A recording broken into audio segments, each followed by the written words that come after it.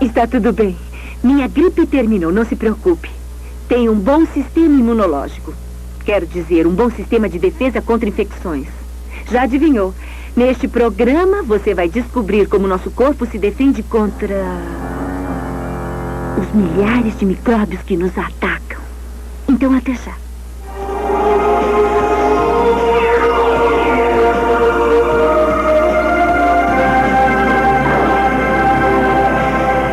Os micro-organismos estão por toda parte. Na mesa do restaurante, no sofá de sua sala, no ar, no chão, na água, nas plantas, nos animais, em tudo. Se pudéssemos ver os vírus, as bactérias e os parasitas que nos cercam, teríamos vontade de viver numa bolha de vidro. Alguns micro-organismos são perigosos, mortais mesmo. E eles têm um alvo favorito, o corpo humano. Nosso corpo é a presa ideal, quente e confortável, onde eles encontram tudo o que precisam para sobreviver e se reproduzir. Felizmente, nosso corpo sabe se defender. A pele é uma barreira eficaz. O suor, a saliva e as lágrimas são pesticidas naturais. O muco do nariz e da garganta e o ácido do estômago são armadilhas que eles não evitam facilmente. Mas os micro-organismos, tão numerosos como persistentes, conseguem atravessar nossa primeira linha de defesa. Uma vez no nosso corpo, todas essas pestes microscópicas têm realmente um só objetivo: reproduzirem-se destruindo as células dos nossos órgãos vitais. Mas a batalha não está perdida ainda. Os intrusos deverão sofrer o contra-ataque do nosso sistema imunológico. Esse sistema de defesa interna é o nosso último recurso, nosso seguro de vida. E sem a proteção desse sistema imunológico, há muito tempo a espécie humana teria desaparecido da superfície do planeta. Nosso corpo torna-se um campo de batalha. É a guerra, uma guerra biológica sofisticada, sem piedade e misericórdia. O que está em jogo é a vida.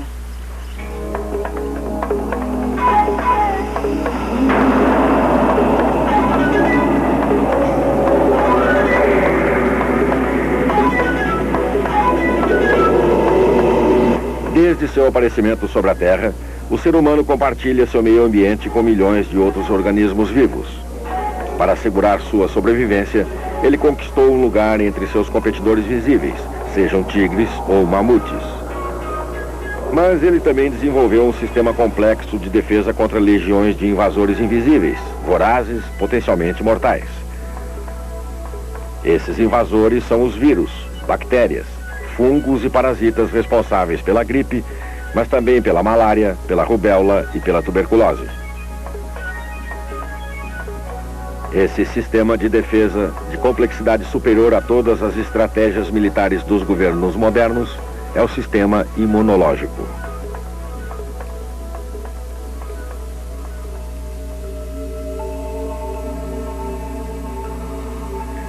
No nosso corpo, milhares de células altamente especializadas têm a responsabilidade de conduzir uma guerra biológica sem piedade contra invasores microscópicos.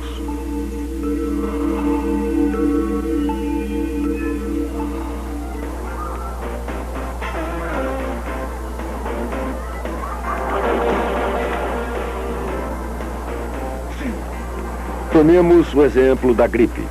A infecção começa pela entrada do vírus no corpo de um indivíduo. Um vírus pode usar as vias respiratórias e se depositar sobre uma célula. A célula é incapaz de se defender contra esse agressor. Depois de penetrar na célula e dominá-la, o vírus a obriga a produzir réplicas exatas dele mesmo. Rapidamente, ela estará repleta de dezenas de milhares de vírus idênticos. Ela explode, então, liberando um primeiro batalhão de vírus prontos a repetir a mesma tática contra as células vizinhas. Se fossem deixados a seu bel prazer, esses vírus conseguiriam matar células suficientes para levar o indivíduo à morte. Mas, desde os primeiros minutos, o sistema imunológico detecta a invasão e inicia o contra-ataque. As primeiras células a chegarem ao local são os fagócitos. Eles são uma espécie de limpadores que patrulham todo o organismo para livrá-lo das matérias estranhas e dos dejetos celulares normais. Quando o limpador encontra um vírus, ele o ingere. Isso causa a destruição do vírus, mas principalmente produz na membrana do limpador um sinal que servirá para desencadear uma resposta. A partir desse primeiro contato, inicia-se a corrida entre o vírus invasor e o sistema imunológico. O vírus tenta se multiplicar antes do contra-ataque. O limpador deve entrar em contato o mais depressa possível com outro tipo de célula, os linfócitos T. Mas o corpo humano é muito grande. Para aumentar a chance de encontrá-los, o limpador deixa os tecidos e entra nos gânglios linfáticos. Lá, linfócitos T de todo tipo circulam permanentemente. O limpador finalmente encontra o linfócito T, capaz de reconhecer o sinal que ele carrega. Esse limpador força quimicamente o linfócito T a se multiplicar. A febre aparece. Os linfócitos T, por sua vez, emitem uma série de sinais químicos que desencadeiam a multiplicação dos limpadores. Os gânglios incham. Os linfócitos T continuam a polir suas armas. Eles recrutam os linfócitos B. Os linfócitos B são verdadeiras fábricas de guerra. Eles produzem maciçamente proteínas chamadas anticorpos que se espalham pelo organismo. Eles se prendem aos vírus e emitem um sinal. Os limpadores reconhecem o sinal, passam ao ataque e matam os vírus. Mas mesmo com algumas batalhas ganhas, a guerra ainda não acabou. Os vírus que vão se multiplicar no interior da célula estão protegidos. Entra então em ação um outro tipo de linfócito T, as células matadoras. Essas células são as únicas capazes de detectar as células que têm vírus. A célula matadora aborda uma célula infectada e a bombardeia com proteínas mortais. Uma parte dos vírus se espalha, mas os limpadores estão vigilantes, prontos para devorá-los. A célula matadora dá então um golpe de misericórdia, forçando quimicamente a célula doente a devorar seu próprio material genético e também o vírus. A vitória é dela. Um último tipo de linfócito T, os supressores, põe fim à batalha e à produção de soldados.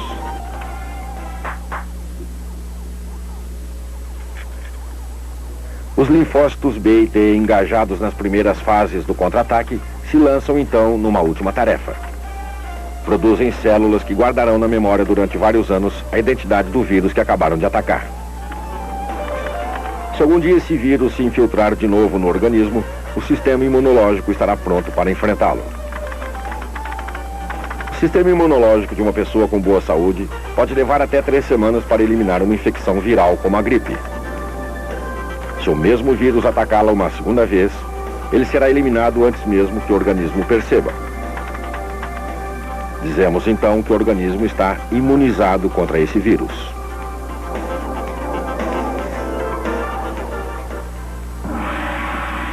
Muito antes da ciência moderna nos revelar a existência e o funcionamento do sistema imunológico, médicos chineses do século XI haviam aprendido a manipulá-lo. Eles haviam notado que uma pessoa que consegue sobreviver a uma doença contagiosa não corre o risco de pegá-la uma segunda vez. Por ocasião de uma epidemia de varíola, eles começaram a tratar seus pacientes ainda sãos com um pó que sopravam em suas narinas. Esse pó era obtido moendo-se a casca seca das feridas das vítimas atingidas por essa terrível doença. Dessa forma, eles conseguiram provocar em seus pacientes uma forma atenuada de varíola. E isso funcionou. Vários pacientes tratados dessa maneira não pegaram a forma mortal da doença. Os chineses haviam descoberto o princípio da vacinação: combater a doença pela doença. Muito mais tarde, quando os Estados Unidos eram ainda uma colônia britânica, uma epidemia de varíola assolou Boston.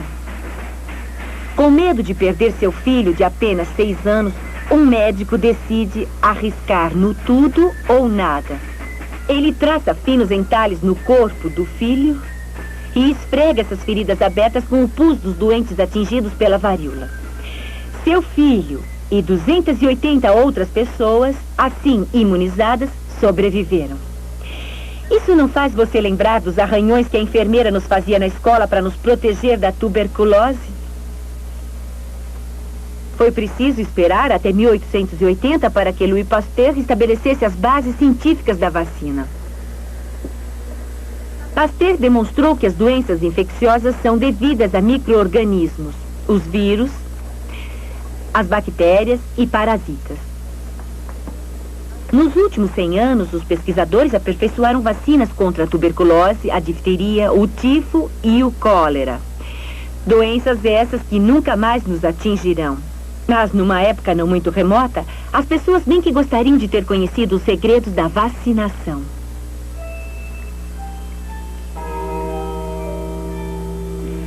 Por mais complexo e eficaz que seja, o sistema imunológico do homem pode ser vencido.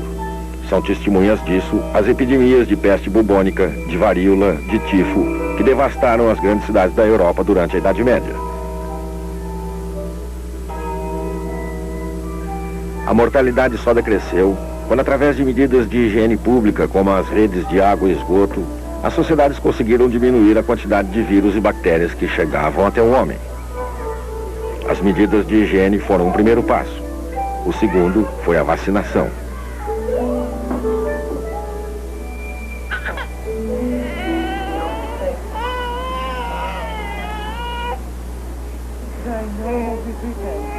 Quer se trate de vacina contra a gripe ou contra a tuberculose, para todas as vacinas se parte da premissa de que nosso organismo se lembra das infecções que já o atacaram.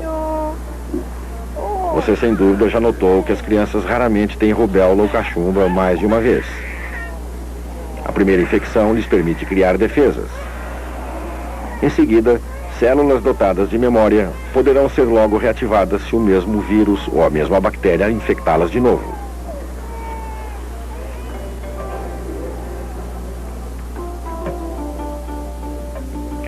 As vacinas informam, de algum modo, o sistema imunológico sobre eventuais infecções às quais ele pode estar exposto.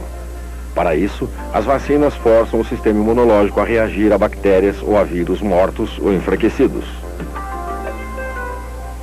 A infecção transmitida pela vacina será benigna, só percebida por uma ligeira febre, talvez.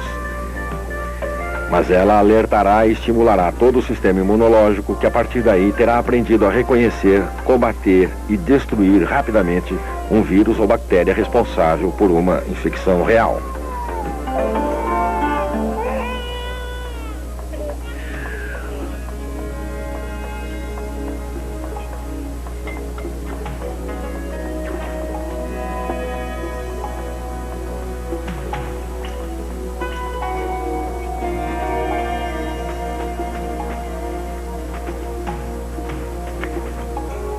Para vacinar populações inteiras contra a polio ou contra a gripe, é preciso fabricar vacinas em quantidade industrial.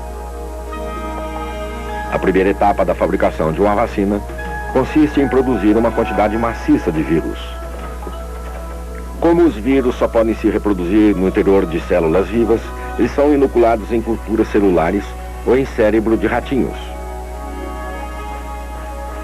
O vírus da gripe é cultivado em embriões de frangos.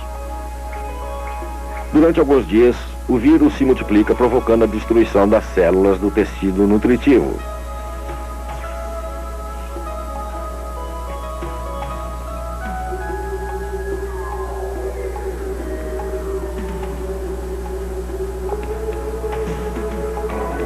Em seguida, procede-se a diversas etapas de concentração, de purificação e, em certos casos, de inativação.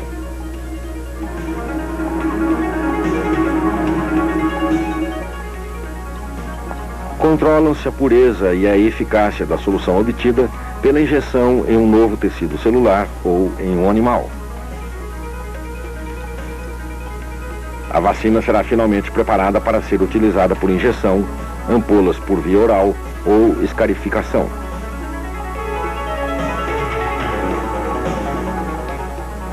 Em casos muito raros, uma vacina pode causar efeitos secundários na pessoa em que foi injetada. Os cientistas tentam aperfeiçoar novas vacinas mais eficazes e também mais seguras.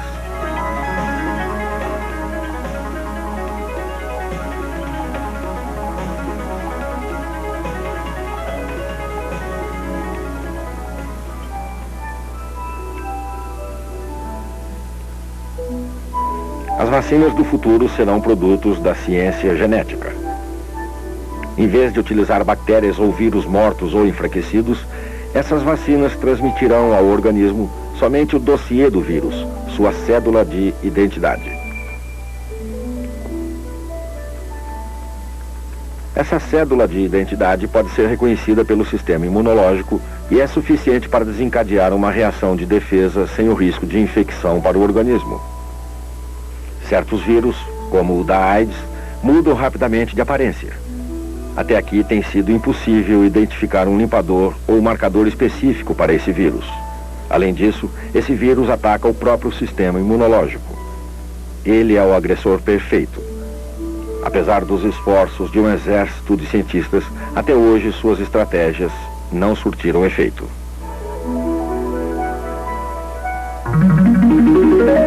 O vírus da AIDS é um desafio aos cientistas. Primeiro, esse vírus consegue se esconder nas células do corpo humano sem deixar traços reconhecíveis para as células matadoras do sistema imunológico. Elas, portanto, não contribuem para a destruição do vírus, pois não possuem nenhum meio de reconhecer as células onde o vírus se esconde e se multiplica. Um outro obstáculo vem da incrível complexidade do sistema imunológico. Imagine que ele pode produzir até 10 milhões de combinações genéticas diferentes para fabricar anticorpos. Um verdadeiro jogo. Nessas condições, não é fácil elaborar uma estratégia de intervenção médica eficaz. Os cientistas de hoje conhecem muito mais sobre o sistema imunológico do que os médicos chineses do século XI, mas suas descobertas são ainda, muitas vezes, fruto do acaso. Foi, aliás, por acaso que uma equipe de pesquisadores suíços descobriu um cogumelo que continha um composto capaz de bloquear seletivamente a ação do sistema imunológico. Esse composto, número 24556, ficou nas prateleiras durante 2 anos, até que uma equipe tivesse tempo de experimentá-lo em camundongos de laboratório. A experiência revelou que uma substância contida na amostra, a ciclosporina, bloqueava as reações de rejeição que ocorrem após os transplantes de órgãos.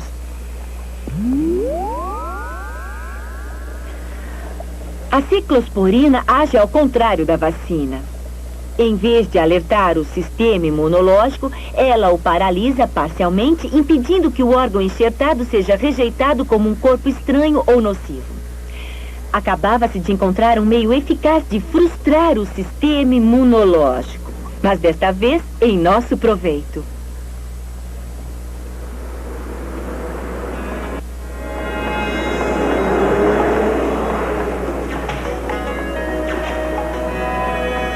Os organismos evoluídos são munidos de um sistema de defesa extremamente sofisticado a fim de enfrentar toda invasão de micróbios.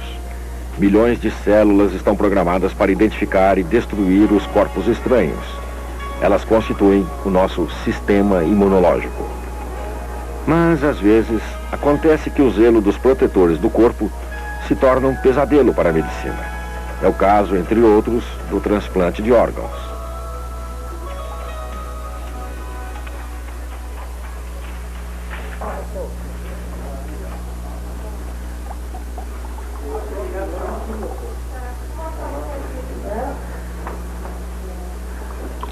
Excluindo-se os gêmeos idênticos, há uma chance em 10 bilhões de se encontrar dois indivíduos com o mesmo patrimônio genético. Quando um transplante de órgão é realizado, a equipe médica busca a maior compatibilidade possível entre as células do doador e as do receptor. Apesar dessa precaução, o órgão transplantado continua sendo um corpo estranho para o sistema imunológico do receptor. Logo que o implante termina, os linfócitos recebem a ordem de destruir o intruso. Para combater a rejeição do novo órgão, é preciso impedir o sistema imunológico de entrar em ação. Os pioneiros dos transplantes de órgãos compreenderam isso. Eles ministravam medicamentos destinados a paralisar o sistema de defesa do organismo. Mas, ao mesmo tempo, esses medicamentos deixavam o doente inteiramente vulnerável a qualquer infecção vinda do meio ambiente.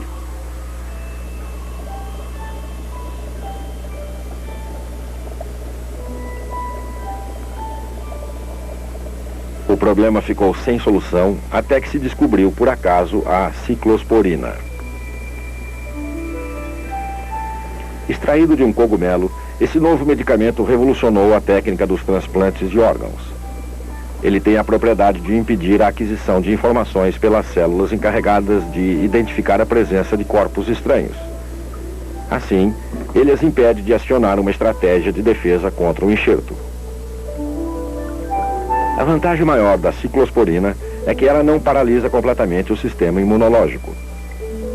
Todos os anticorpos já presentes no sangue permanecem ativos. O que já está adquirido permanece e o controle das fronteiras do organismo continua a se exercer. A ciclosporina é utilizada desde 1978. Hoje, a taxa de sobrevivência das pessoas que realizaram um transplante de órgão chega a quase 80%. O transplante de órgãos passou de experimentação a operação quase rotineira. Mas a utilização da ciclosporina na cirurgia do transplante se faz com dificuldade. Sendo altamente tóxica, ela apresenta numerosos efeitos colaterais. Com o tempo, ela pode causar danos nos rins e provocar o desenvolvimento de certos tumores. Não se sabe ainda quanto tempo o organismo humano pode tolerar essa droga. Atualmente, o custo anual de um tratamento com ciclosporina é elevado e pode ser que os receptores de um novo órgão precisem utilizá-lo por toda a vida.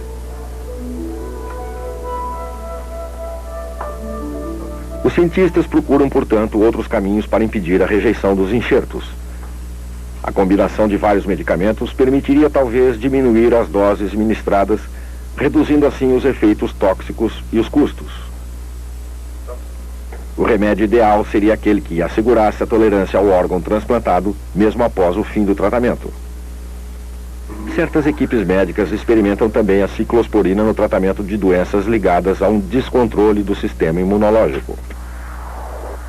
Acontece às vezes que as células encarregadas de defender o nosso organismo perdem o discernimento e atacam os órgãos que devem proteger.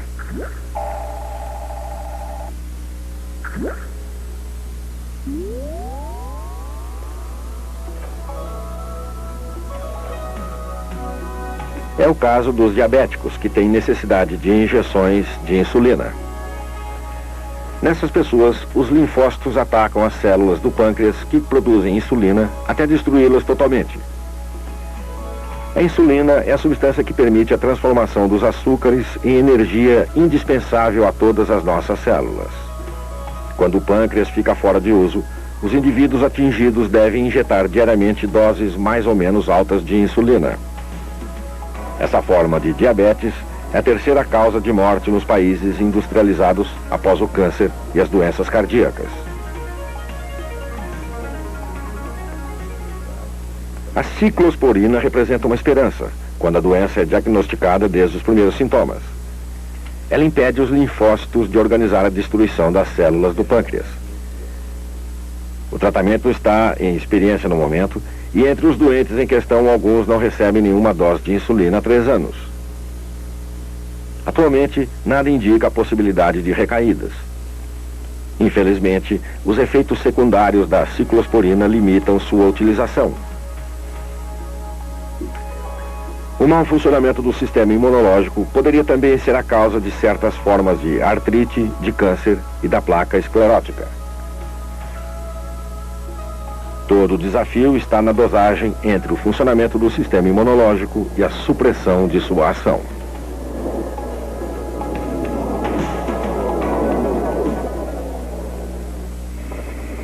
Utilizando as técnicas da genética, os pesquisadores começaram a produzir coquetéis capazes de reforçar ou, ao contrário, enfraquecer o sistema imunológico humano. Mas esses novos medicamentos devem ser experimentados com muita prudência.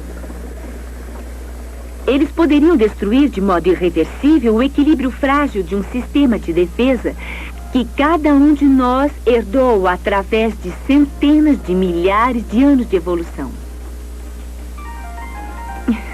Passem bem.